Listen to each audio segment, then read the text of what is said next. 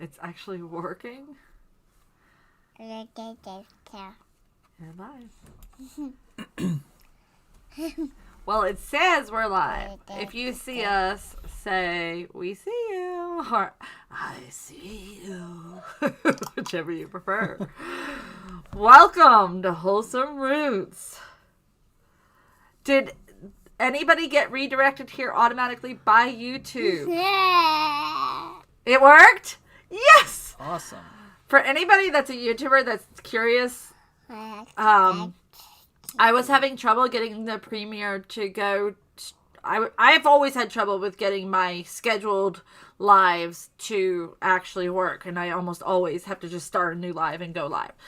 And this new thing that I tried this time, I was really nervous about. So, but if you are a YouTuber and you want to know, the big key that I hadn't been doing correctly was that I had to get the stream key from YouTube Live and put it into my OBS settings. And then I had to click start streaming on OBS and wait till I saw myself on the YouTube Live and then click go live on YouTube. So those three things were the things I hadn't been doing before when I had messed it up. So if anybody else has had that issue, that's the result. So for the rest of y'all, hello. Hi. I think we've got a lot of our main hardcore regulars in here. That's why you're seeing a lot of people's names in blue. We have a lot of moderators tonight. And I want to start out by saying, please go show some love to everybody that you see in here, whether they are moderators or just other channels that are watching along. Go check it out. And if you are not a YouTube channel and you want to join the chat, please do. I've noticed in a lot of lives that people don't always join in the chat, and I feel like you need to be invited. Like, I want you here. I want you to chat with us in the chat. So please, even if you don't have a channel, you are definitely welcomed and encouraged to join the chat. So, hello everyone. So we got lambs. You got this little lamb. Officially added 2 other animals to our farm now. So now we have A new species. Yeah, a new species. So, I think that's the biggest deal for us is we were like, okay, adding a different species. We already added cows our first year moving to this new homestead. And then we added pigs this spring. So we're really feel like we're amping up, but not too much. Like, we're not taking on too much, more than we can handle. Oh, the lambs are so sweet. You would love them, Kim. They are just adorable. And you know what's funny is, like, I was always the one who was like, nope, I don't want sheep. Sheep are indifferent. They are not friendly. But the farm that we got our sheep from, she had one bottle baby lamb that she had raised herself in that flock, and that was the sweetest baby. It was full grown now, and it came running up to us and followed us and hung out with us and acted like a dog. She said that she jumps in the vehicle with her when they want to go somewhere. Like, it's really adorable. So I did think that bottle feeding would be the best relationship building tool for us, because I do want them to be able to be milked on a milk stand, and for that you want them to be very friendly, very attached to you. You have to have a really good bond with your animals when you want to ask them to be milked, you know. So I think we'll have a really, really good chance with these guys. So yeah, we're super excited. Really looking forward to what they're going to bring for us. Does anybody have any questions? I tried to make my premiere video as thorough as I could without making it too long. So I tried to answer some of the most common questions I knew I would be getting. So I see one question from the Mindful Homestead. Why did you choose Katahdin specifically versus a wool-based meat breed? Well, one of the things that I've always been told is that hair sheep have no lanolin. Is that right? Is it the lack of lanolin? Yeah. And so the meat actually tastes much better, much cleaner, less of that gamey taste that some lamb has. So if you have a wool sheep and you need to use it for meat, it could have off flavors, whereas the hair sheep are less likely to have that. Hair sheep are also much easier to clean the udders off of if you're going to be milking, because wool sheep have a lot of oil that they excrete in their skin from the lanolin. So, but really, honestly, to be completely 100% honest, it was ease of access.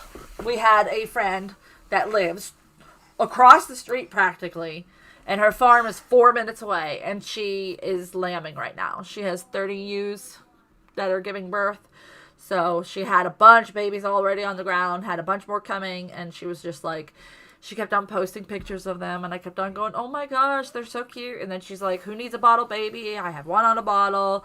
And I didn't get the one that she had on the bottle because I really did want the flashy colors. I really like that. It's my dirty secret. I like colorful.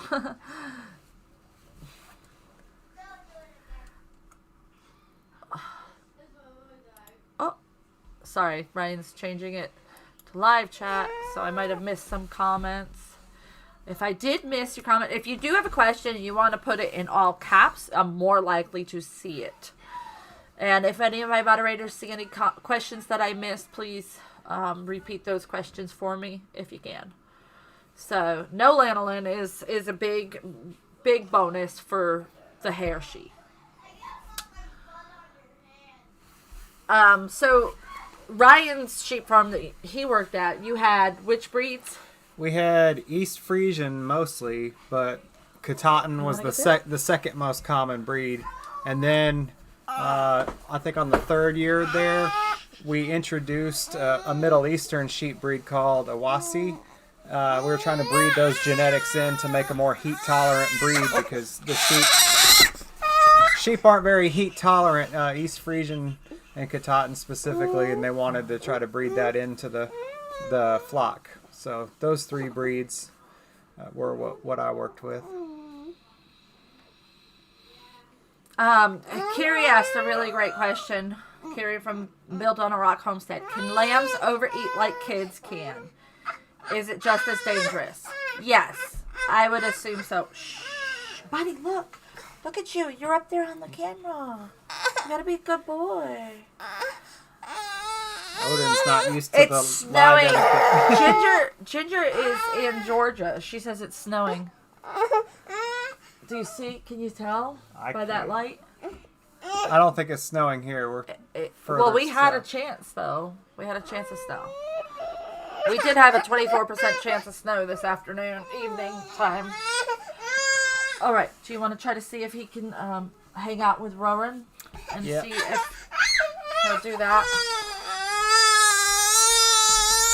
Oh, he wants mom.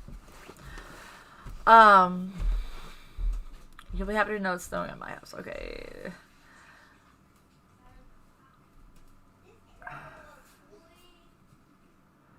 No shearing for hair sheep was definitely another good reason. They just shed their coats. So it might mat up on the surface of the hair, but it's not like down by the skin.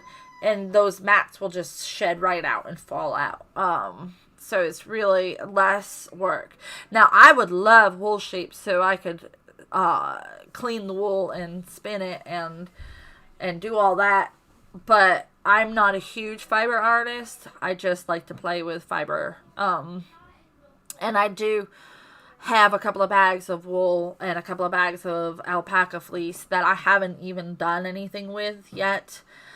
I have a carder and everything, but I just, the time it takes to go through all of that material and clean it to the point where you can use it without it matting on you. Not matting, that's the wrong word, but correct me, Lynette, I'm sorry. You're the fiber expert here. I'm halfway between Atlanta and Chattanooga, so a bit north of you. Yes. Are you near Helen? We're looking at doing a fall weekend getaway in the Helen area, so maybe we could see you. Rose, we have about an inch so far and still snowing. Love the snow, hate the single digit temps. I'm not looking forward to it. It's going to be 5 degrees. Feels like 5 degrees in the morning. Here in Georgia. Felting. Yes, that's the word.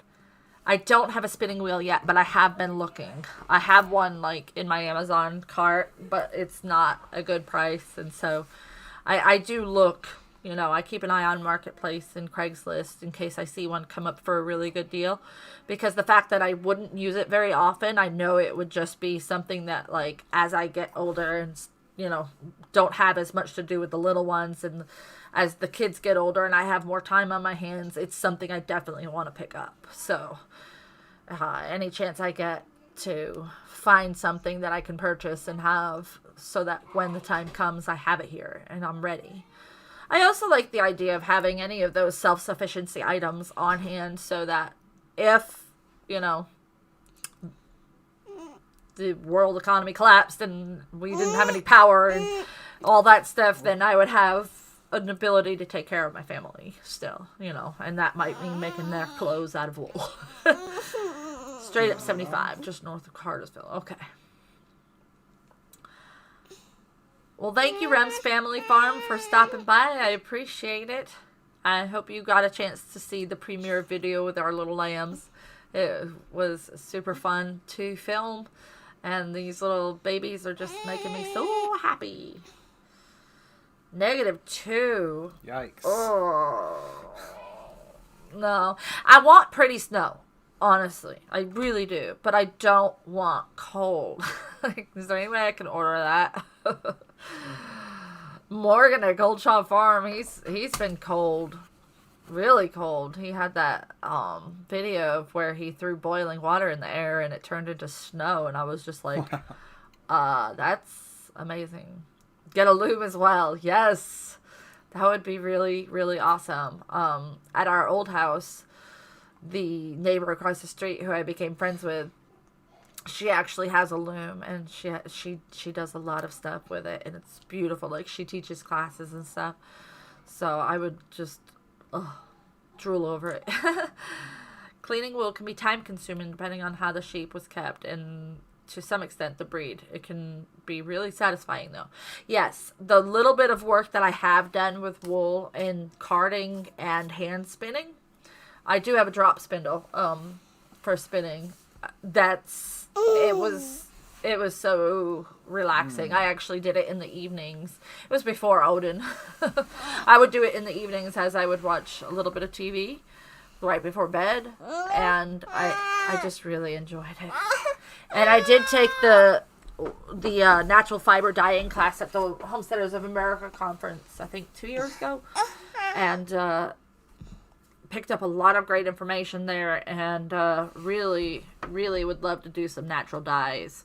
Natural dyeing my own wool would be like a next level amazing experience for me.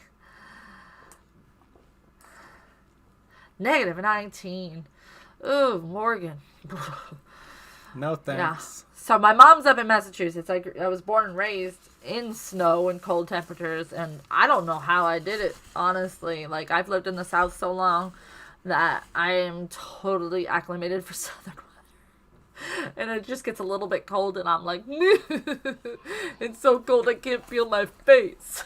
I mean, I've heard people say it's colder here to us because of the humidity, like from people that came from elsewhere to say that where it's drier and colder doesn't feel so bad, but here it feels really cold. That's what they said when I lived in Arizona. They said it was a dry heat, but it's a dry heat. So I guess it was just as bad. I guess a wet cold is worse than a dry cold. I've heard people in Florida say that, actually.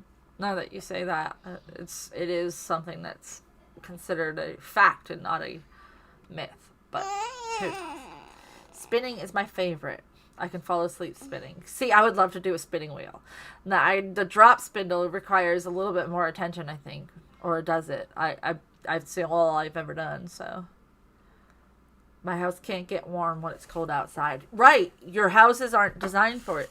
I think this house is very well insulated because when it was hot in the summer, it stayed cool, even with our thermostat not set very cold.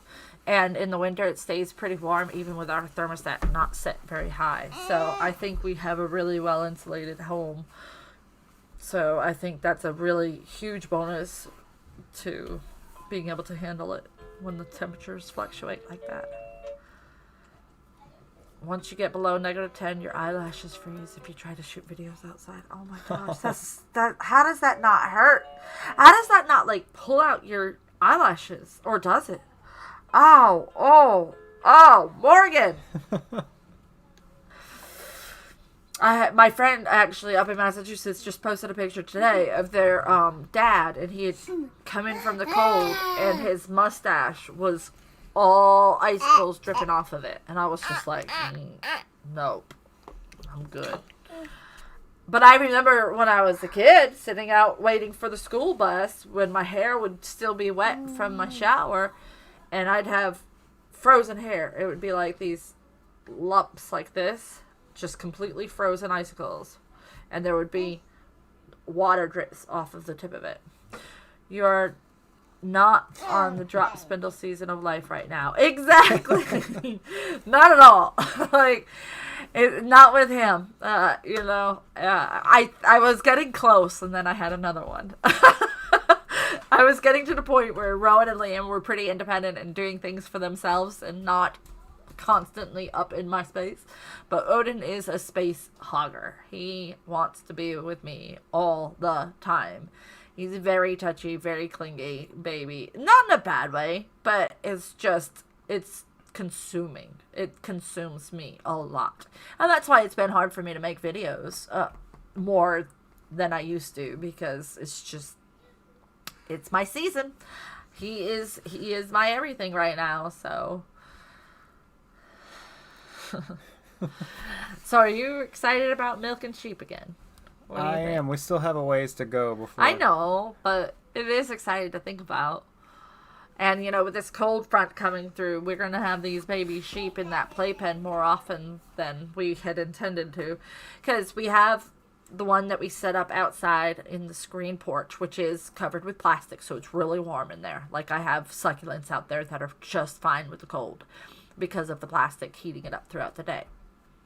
But, it's starting to get cold out there in the screen porch. Those babies are going to have to come in the house for the night. So when we get ready to go to bed, we bring the babies in.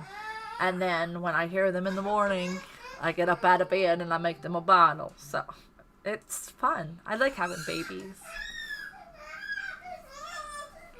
How is Bill and Bo? Will and Bo, Robert. Oh, I bet Bo is so big. I don't think I've seen any recent pictures on Facebook. If you have put any up, I need to go look. I know I need to cherish the season with the littles, and I do. I love it, and I know how fast it goes by because I have 2 grown-ups. You got to remember, I have Dalton and Vivian. They're 20 and 22. Vivian's about to possibly move to Washington State. I'm about to lose my little girl completely. Not going to get to see her at all anymore. But we are going there tomorrow to see her and meet her boyfriend's parents because they're about to move away together. So I kind of have to know the family, right? The milk is not strong. I was going to say, milking sheep sounds strange. Is the milk strong? It has a higher butterfat content than goat's milk. I think it's a lot sweeter. It's sweeter and creamier. The cream content is much higher. And milking sheep itself isn't all too different from milking a goat. Right. So they're basically like cousins. They behave very similar. Of course, yeah, they're a little bit different, but mostly it's kind of the same. They have smaller teats, Yeah. so that's going to be a challenge for my hands, but I do have a simple pulse milk machine that I can use if I need to, if my hands are struggling, so it'll be okay. Ellie Rose just pointed to the screen and said, "That's my Rose! Oh my gosh! Oh, remember Ellie Rose? My sweet baby! I love you, Ellie! You're my Rose! Oh, I love her. She's what made me want Odin. It's all your fault. She is, though. Like, I was like, oh, if we could just have a little redhead like her. And we got another little redhead. I thought it would be a girl, though. I was really hoping for a girl. So we might have to have another one. Does the cream separate with the sheep milk like cow milk? Oh. Or does it stay combined like goats? No, it separates. Does it? Yeah, it separates a little bit. But like on its own, when you set it in a jar in the fridge, you never saw it like that. We brought some home like that, I'm pretty sure. But I don't remember It's the been a cream while. separating out. So that's a really good question. I need to write that down. So that is interesting because small ruminants are sheep and goats, and they are very similar in a lot of ways, especially with like nutrition and medicine and stuff. But is the milk naturally pasteurized, homogenized? Is that the word? Because goat's milk is naturally, it doesn't separate like cow's milk. Like it does a little bit. A little bit, yeah. Because but it's not not the same though as cow milk. Not like cow a milk really literally big... separates.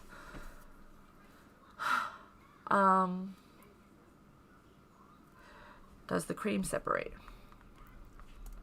How much do you typically get from a daily milking? That depends animal per animal, what kind of diet they're on. That could really vary.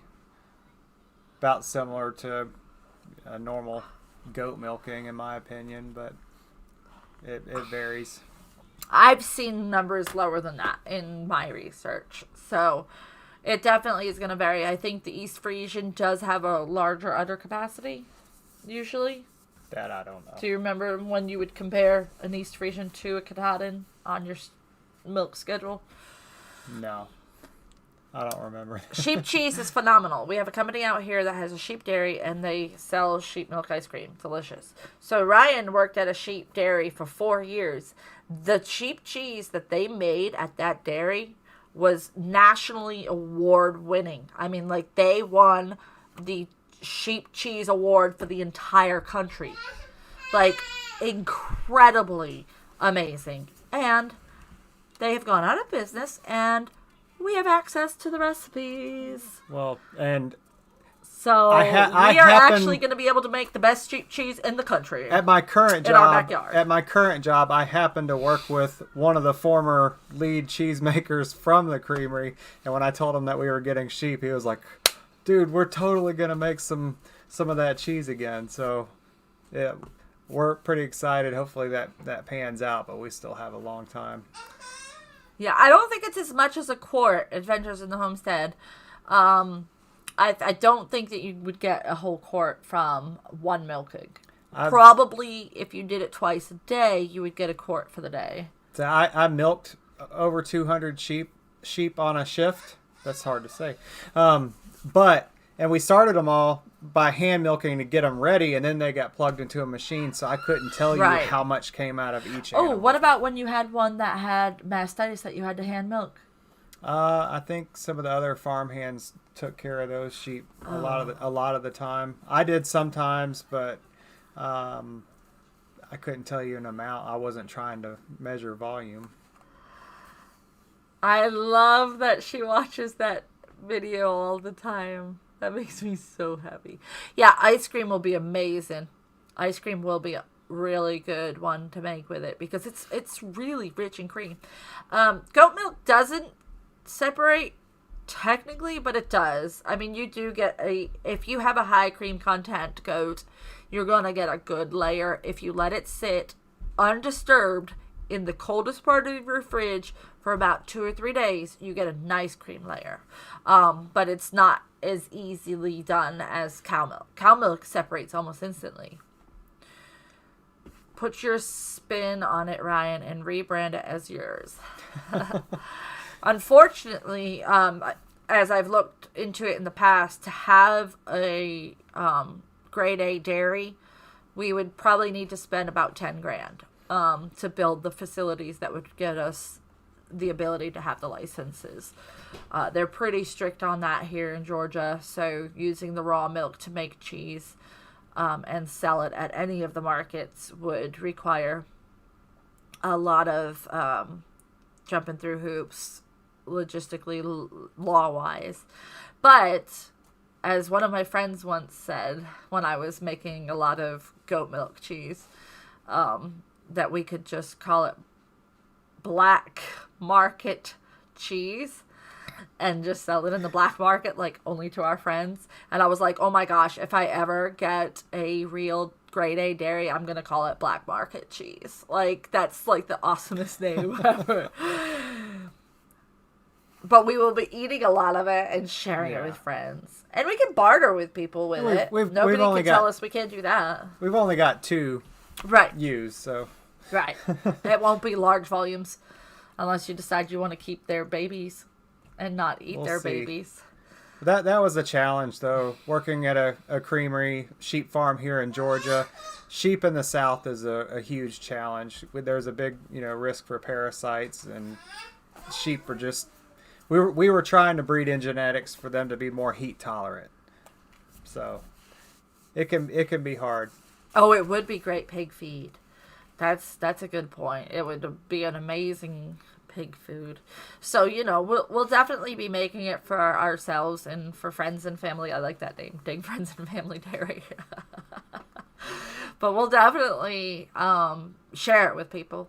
You can say that you're just giving them this container, and they can pay for the container, and it just happens to have cheese in it.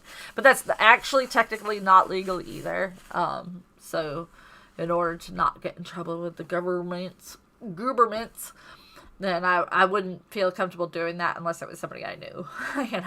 So don't tell anybody I said that. Wait, it's now on YouTube forever. Suggested donations. But we are definitely looking forward to it. And I do love lamb meat, and you do too. And lamb is anything up to a year old, right? It's not necessarily just a tiny lamb. But I know that you can market it as lamb when they are older. So if we were to have them processed at a USDA facility, we technically could sell some of our meat. But I think we would probably process it here and do it ourselves and have it for our own use or for bartering. I really like bartering, and we do have a lot of homesteaders and farmers around us that don't have sheep, so it's a great thing to barter with. Too much milk can make pig meat soft, mushy. I've had milk pigs that weren't that great. I've heard of that, so I definitely would be careful. I don't know that I could waste any of the luscious sheep milk on my pigs. I've talked about if we had like a Jersey cow and we were getting a bunch of gallons a day, that it would definitely go to the pigs if it was too much. And mutton is not that bad, actually. My mom gets mutton from her farming friends who have a meat operation. And she gets their mutton, like, they'll just drop it off for her for free. Because she's, always been real helpful and supportive for them. So they give her mutton, and she loves it. She actually... I think she likes mutton more than she likes, but she's always had a weird taste buds. She likes real bitter greens, like dandelion greens. She'll eat them raw. Like she's got an interesting taste buds. But yeah, I look forward to the idea of having the milk for making cheeses or yogurts or ice creams or really anything, and putting in my coffee. No, we're not going to be crossing goats with lambs. That's a really dangerous thing to do because oftentimes the babies don't live. So it's not recommended for the baby's sake. They don't usually survive to adulthood, if they even survive past birth, if they even make it to birth. They usually are miscarried before then, unfortunately. But I'm not sure quite yet where the babies are going to who's going to be their cohabitants. I think it'll probably be the goats, but they're so little right now that I can't put them in with big goats because big goats are bullies. So I might have to put them over in the other paddock with the more mild, laid-back coonies. But we'll see. Right now they're getting their sunshine time with us. They've never been outside. Their barn that they were raised in, she has a ginormous barn. Like, the barn is probably the size of my buck paddock. Like, it's huge. It's probably an acre. Like, it's gigantic. So that's they hadn't been outside yet. So their first time outside was in this video. But it's gonna be fun. We brought them outside yesterday. Was that today? That was yesterday. And let them just walk. I was like, I think they're used to us enough. We got them on Wednesday, so most of that footage was filmed Wednesday night to Thursday morning. And last night they were running around in the yard and being sweet.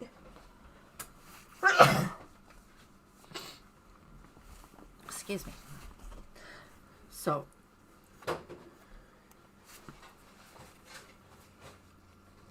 it's funny. We're letting them explore the yard a little bit yesterday. Not really sure if they were going to try to run away or anything like that. But they didn't. They stayed together, just slowly going around, exploring stuff, making their way around, like investigating everything. I mean, everything they came in contact with, they were, looking at or trying to pick up or trying to taste it.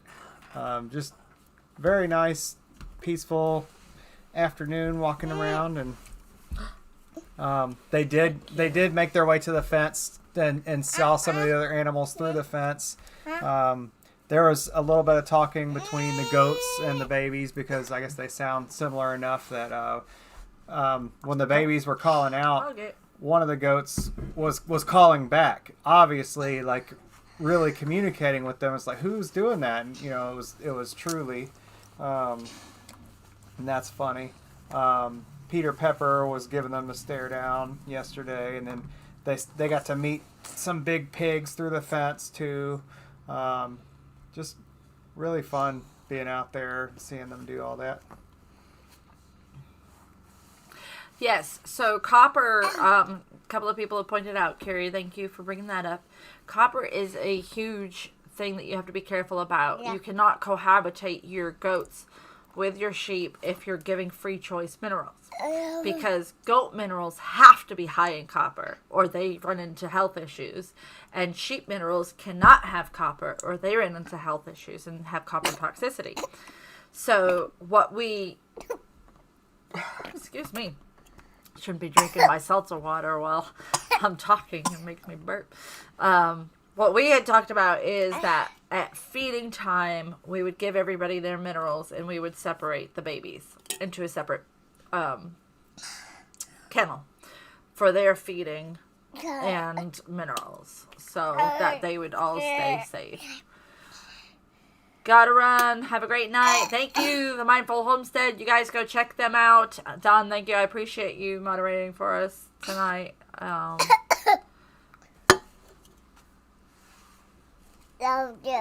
Close out the chat screen and then you'll go take that. Oh, you're talking to somebody else. Sorry. Yeah,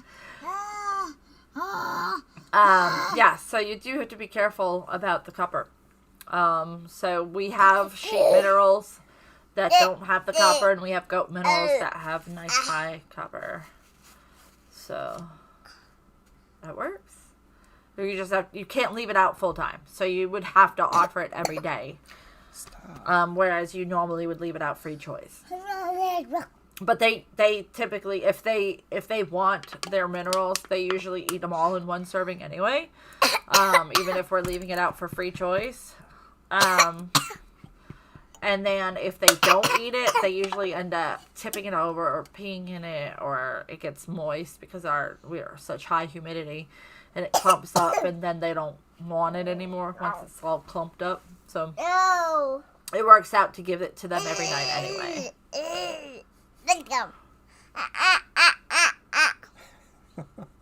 All right. Odin's not used to the live etiquette, and it's been a while for us too. I know. I was actually like really nervous about tonight, so it's been good. I'm glad to have all of my friends here with me. I appreciate all of you moderators. I wasn't sure what to expect because it's been so long since we've gone live or had a premiere. I thought that we could end up with really high numbers, and I wanted to make sure that we had people helping us. So as you can see, we've got a lot of very generous souls in our life that wanted to help us out. So I appreciate that. That's good to see all y'all here supporting us and interest in our lambs. Does anybody have any more questions about the lambs or anything else?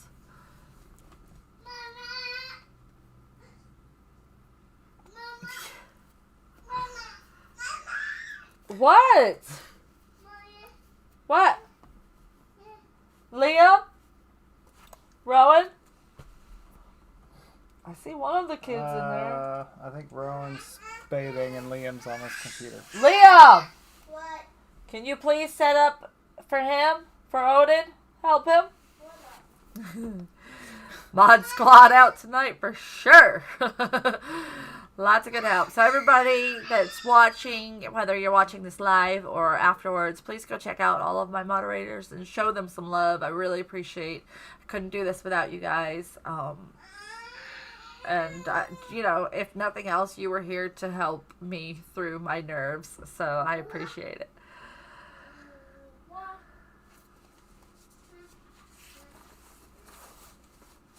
Oh, okay. Now I feel like the conversation's dying down, so I don't know if we should end it because it's 9 o'clock or if we should keep going. But I definitely would be happy to hang out with y'all longer if you had any more questions. But if not, I'm going to wrangle that monster. Set him up a video. Did you put it on his PBS Kids? I'm going to have to unplug my Chromebook. Oh, okay.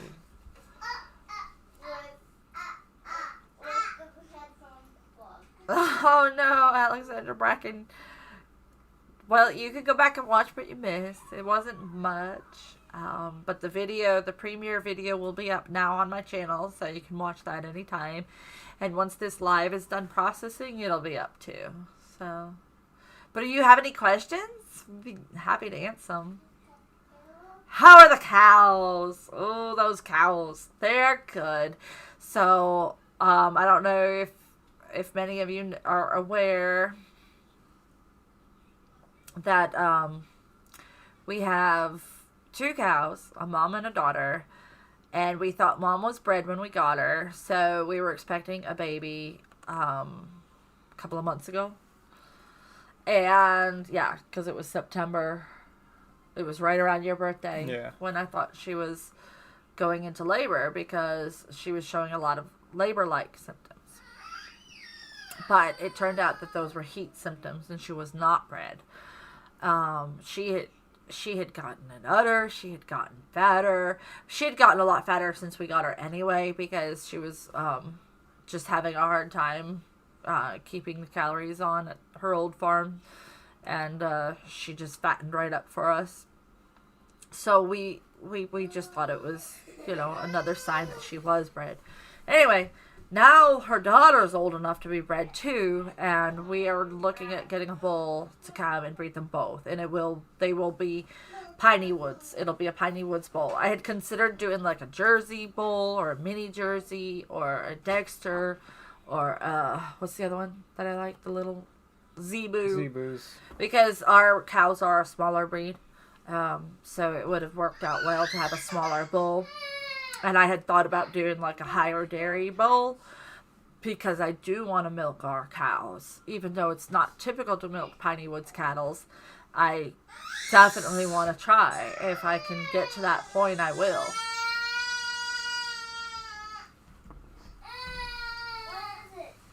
Please don't make him cry. If he wants to watch that, let him. Liam, please don't make him cry. He's just crying by himself. He's just crying by himself.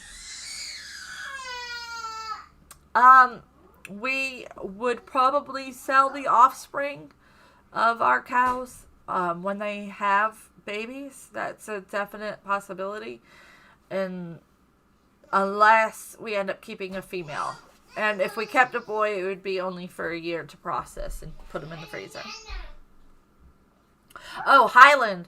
Highland is actually one of the ones that I looked at. And there's a lot of people in Georgia that do have Highlands. And they do okay here. Their coat is designed to keep them warm. But it also acts as a protective layer against the heat, too. So it's not as bad as you would think it would be for them being such long-haired animals. So that was one of the other breeds that I would have done if I had come up with a good chance. But the person who we got our cows from is he mentors a lot of people in farming in Georgia, and he's a really amazing farmer himself. His name is Wayne Swanson Family Farm, and he has a farm that was starting out that he helped mentor to get a cattle operation started. That's like 15 minutes, 20 minutes from here, and he had given them they started out with his cows, so he sold cows to them to get them started. And they had a baby bull born last year that should be good enough to, old enough to breed ours.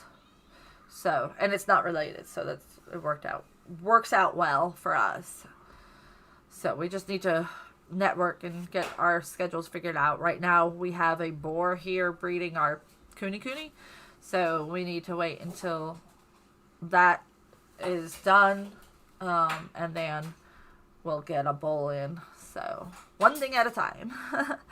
Unfortunately, cows are pregnant for almost a year, and it's like, you gotta wait a long time if you missed that breeding chance, and you didn't know you did. You know, in hindsight, I should have done a blood test at some point over the past year and figured it out, but I didn't. And, you know, you learn as you go. And that was one of the things I definitely learned on, is that a cow can show you all the symptoms of being pregnant. Like even her previous owner thought for sure she was in labor. Like he's like, no, give it a little bit more time. I know she's in labor. She's got to have a baby in her. All of my other cows have been calving all these past couple of weeks. She's just a little bit behind. And nope, sure enough, it was not. Well, I guess we could go ahead and call it a night. Thank you to all my moderators. We have Kilted Gardener, 13 Moons Over Mayhem, Goldchar Farm, Wild and Wonderful Homestead. I'm trying to scroll through, just don't want to leave anybody out. Where'd everybody go? Built on a Rock Homestead, The Mindful Homestead. Did I get everybody? We had a lot of other friends in here tonight as well. We had, who was it? Grandpa's Farm joined us. There was a couple of other channel names that I saw come through. I just want to make sure. Granny Frammy, okay. I'm glad you were able to stay up. What is it, 2 a.m. there? Rem's Family Farm stopped in. Alright, this baby is melting. Adventures in the Homestead, you stopped in. I'm sure there's others that I missed. But I appreciate all of you for stopping in and saying hello and sticking around with us for an hour of your time. It's really appreciated. I know that's a lot of time for you to commit to us, so thank you so much. Wicked Awesome Gardening, Bluegrass Bound. I feel like I missed a couple of people in here, but a couple of channel names that I wanted to just shout out and let y'all know I support and appreciate you. Sunny's Place. Oh gosh, I meant to add a few other people as moderators earlier, and I just I guess I missed a couple of people who were in here. So maybe next time we'll have a bigger audience and we'll need some more moderators, and we can go ahead and add you in. Deb Kettleston, thank you for stopping in. Pamela Weishaupt, both of you are dear friends of mine who've been very supportive from the very, very, very beginning, and I love you both so much. And thank you. Thank you. Thank you. Good night, everybody. Morgan, Goldchar Farm. Did I say that? Sorry, Morgan, if I didn't. Thank you. I appreciate it. All right, love y'all. Stay safe. Stay warm. And we'll see you next time on Wholesome Roots. And Ginger. Thank you, Ginger.